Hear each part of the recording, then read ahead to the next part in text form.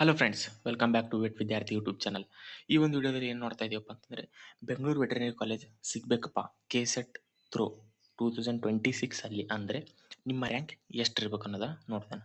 Totally 2 rank ಇರುತ್ತೆ, ಒಂದು theory rank, ಇನ್ನೊಂದು ಪ್ರಾಕ್ಟಿಕಲ್ ರ್ಯಾಂಕ್. ಈ ಒಂದು ಪ್ರಾಕ್ಟಿಕಲ್ ರ್ಯಾಂಕ್ ಯಾರಿಗೆ ಬರುತ್ತಪ್ಪ ಅಂದರೆ, ಯಾರು ಪ್ರಾಕ್ಟಿಕಲ್ ಎಕ್ಸಾಮನ್ನು ಬರೆದಿರ್ತಾರೆ ಅವ್ರಿಗೆ ಮಾತ್ರ ಒಂದು ಪ್ರಾಕ್ಟಿಕಲ್ ರ್ಯಾಂಕ್ ಬಂದಿರುತ್ತೆ. ಓಕೆ, ಥಿಯರಿಯಲ್ಲಿ 2 ಕ್ಯಾಟಗರಿ ಬರುತ್ತೆ, ಒಂದು ಜನರಲ್ ಮೆರಿಟ್, ಇನ್ನೊಂದು SC/ST. ಜನರಲ್ ಮೆರಿಟ್ ಅಂದರೆ ನಾನು total 3A 3B 2B 2A 1A 1B ಇದನ್ನೆಲ್ಲ ಜನರಲ್ ಮೆರಿಟ್ ಆಗಿ ನಾನು ಕನ್ಸಿಡರ್ ಮಾಡಿದ್ದೀನಿ. ಓವರ್ ಆಲ್ ಒಂದು ಬ್ರಾಡ್ ರ್ಯಾಂಕನ್ನು ಕೊಡೋದಕ್ಕೆ. ಈ ಒಂದು ಕ್ಯಾಟಗರಿಯಲ್ಲಿ ನೀವೇನಾದರೂ ಫಾಲ್ ಆಗ್ತಾ ಇದ್ದರೆ ನಿಮ್ಮ ರ್ಯಾಂಕ್ 2000ಇಂದ 2500ವರೆಗೂ ಇದ್ದರೆ ನಿಮಗೆ 100% ಅಥವಾ 90% ಥರ್ಡ್ ರೌಂಡ್ವರೆಗೂ ನಿಮಗೆ ಸೀಟ್ ಸಿಗುವಂಥ ಚಾನ್ಸಸ್ ಭಾಳಷ್ಟು ಇರುತ್ತೆ.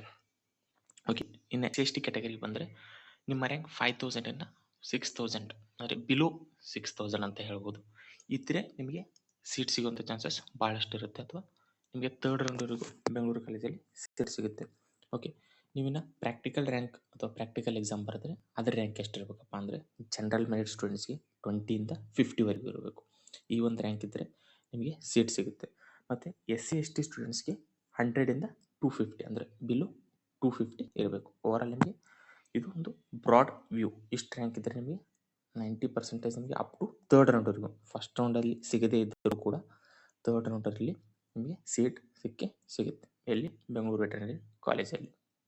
ಓಕೆ, ಮತ್ತು ನಿಮಗಿದು ಏನಾದರೂ HK ಸ್ಟೂಡೆಂಟ್ಸಿಗೂ ಈ ಒಂದು ವಿಡಿಯೋ ಬೇಕಪ್ಪ, ಈ ಥರದೊಂದು ಅನಾಲಿಸಿಸ್ ಬೇಕಪ್ಪ ಅಂದರೆ ನೀವು ಕಮೆಂಟ್ ಬಾಕ್ಸಲ್ಲಿ HK ರ್ಯಾಂಕ್ ಅಂತ ಹೇಳಿ ಹಾಕಿ, ನಾನು ನಿಮಗೆ ಅದ್ರ ವಿಡಿಯೋ ಕೂಡ ಮಾಡ್ತೀನಿ.